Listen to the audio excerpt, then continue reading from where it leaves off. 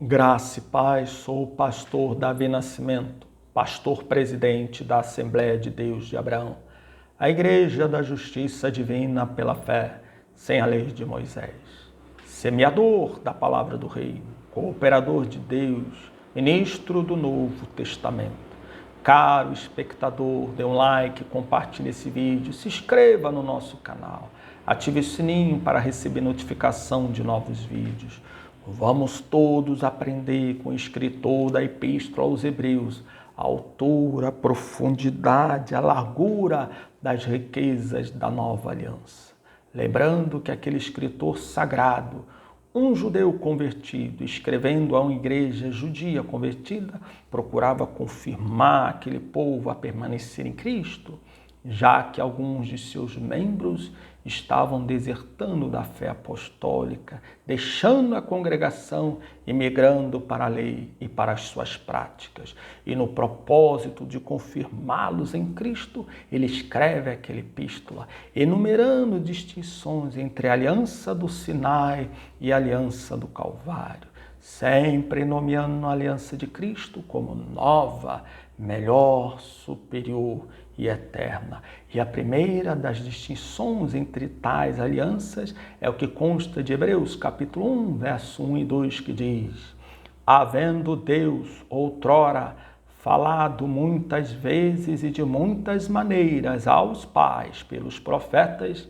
nestes últimos dias nos falou pelo Filho, a quem constitui herdeiro de todas as coisas, pelo qual também fez o universo. Sim, na anterior aliança, Deus pelos profetas falou a Israel no passado remoto.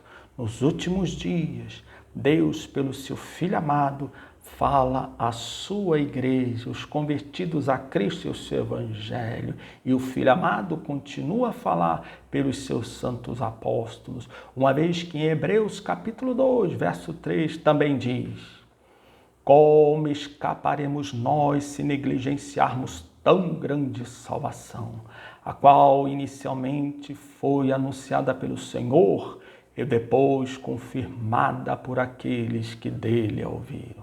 Palavra nova, palavra da salvação, pois foi iniciada com o Senhor e ela prosseguiu, foi confirmada pelos que dele, de Cristo, ouviram, quer dizer, seus santos apóstolos.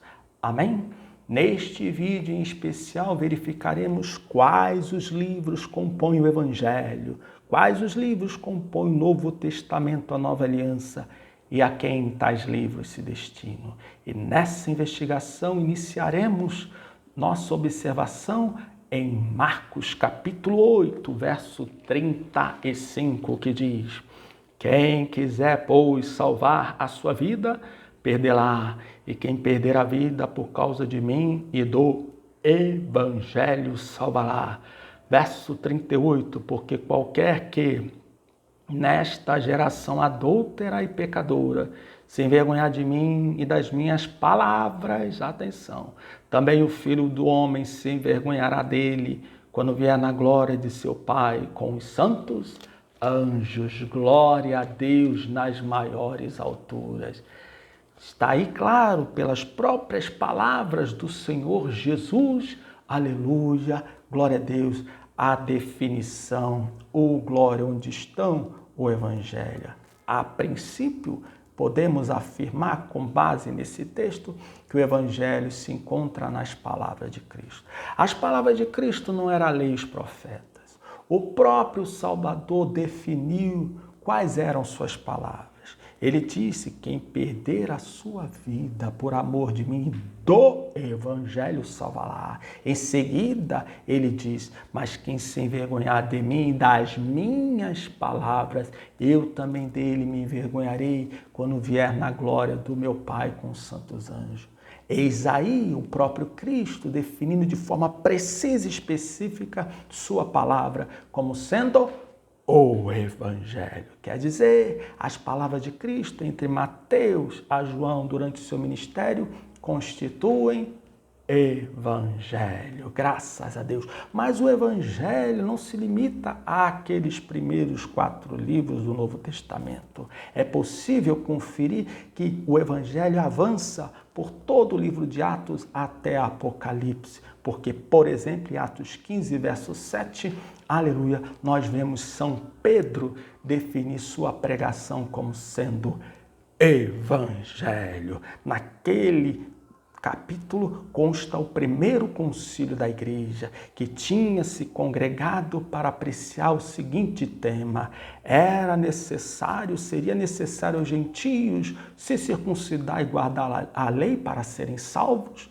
Naquele concílio foi definido que não, que os gentios bastava lhes crer em Cristo no seu evangelho para serem justificados. E naquela oportunidade, mais precisamente, Atos 15, verso 7, São Pedro afirma que Deus o levantou para pregar aos gentios o evangelho, para que eles crescem. Quer dizer, tudo que São Pedro pregou, falou e escreveu era evangelho. Mas prossigamos, São Paulo em Romanos capítulo 1, verso 1, afirma que Deus o havia chamado para o apostolado, que Deus o havia separado para o evangelho. Quer dizer, tudo que São Paulo também pregou, ensinou e escreveu também era evangelho. Mas prossigamos aprendendo com São Paulo. São Paulo em 2 Coríntios capítulo 3, verso 6 diz que Deus o havia habilitado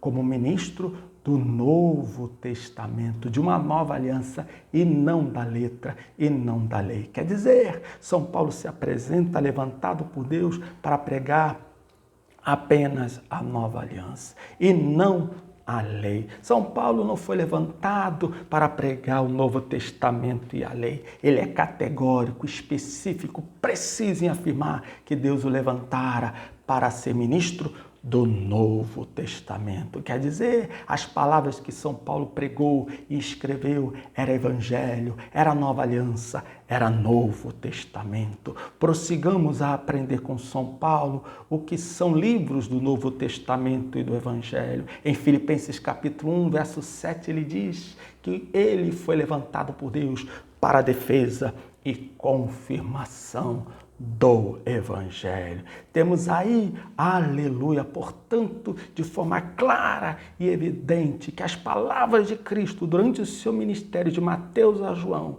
e as palavras dos seus santos apóstolos em seu ministério de Atos dos Apóstolos a Apocalipse, temos ali os livros da Nova Aliança, os livros que compõem o Novo Testamento e o Evangelho do Reino, o Evangelho da graça de Deus.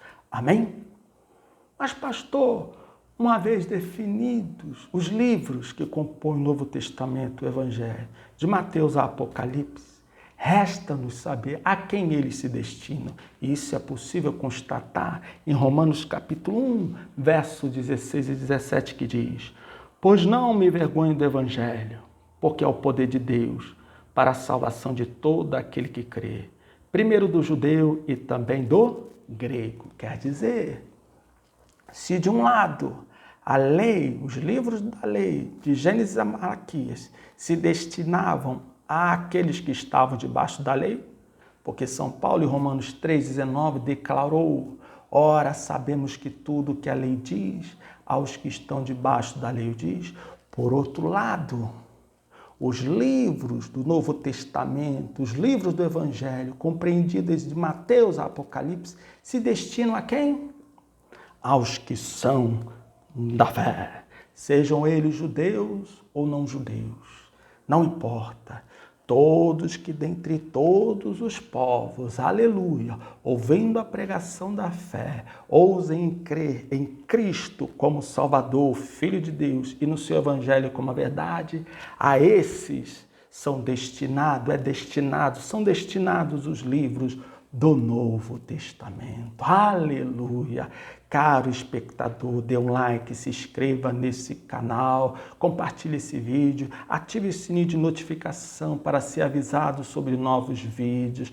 Glória a Deus! Se de um lado, nos livros da anterior aliança, vigorava o regime de obras de Gênesis a Malaquias, porque Cristo, ele definiu em Mateus capítulo 7, verso 12, dizendo: todo o que quereis que os homens vos façam, fazei vós também, porque esta é a lei e os profetas. Portanto, se de um lado, nos livros da lei dos profetas, que compõem os livros do Antigo Testamento, da anterior aliança, lá constava como núcleo que o homem receberia pelo que fizesse, o homem viveria de obras.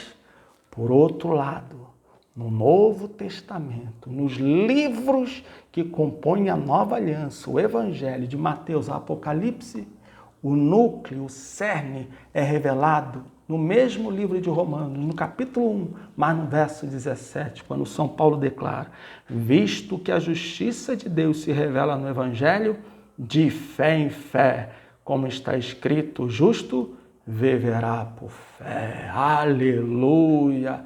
Os livros da Nova Aliança, os livros que compõem o Evangelho, são destinados aos que vivem da fé. Por quê? Porque o núcleo, o cerne dos livros do Evangelho é a fé. Porque São Paulo declarou no verso 17, porque nele, no Evangelho, se revela a justiça de Deus pela fé, porque nele, no Evangelho, se revelou a justiça de Deus de fé em fé. O núcleo da graça de Deus, da nova aliança, do Evangelho, é a fé e não a justiça por obras. Caro espectador, seja qual for o seu Deus, seu livro sagrado, seu profeta, com consideração, com todo respeito, mas com ousadia eu te convido, venha para a graça de Deus, venha para a nova aliança, porque nela, nos últimos dias, Deus fala pelo seu Filho e pelos seus santos apóstolos, por meio dos livros que compõem o Evangelho, o Novo Testamento, onde, aleluia, o cerne, o núcleo é a fé e não as obras da lei. Glória a Deus nas maiores alturas. Venha confiar no livro, aleluia, cuja fé é firmada, aleluia, como meio de justiça para se alcançar a salvação em Cristo Jesus. Amém?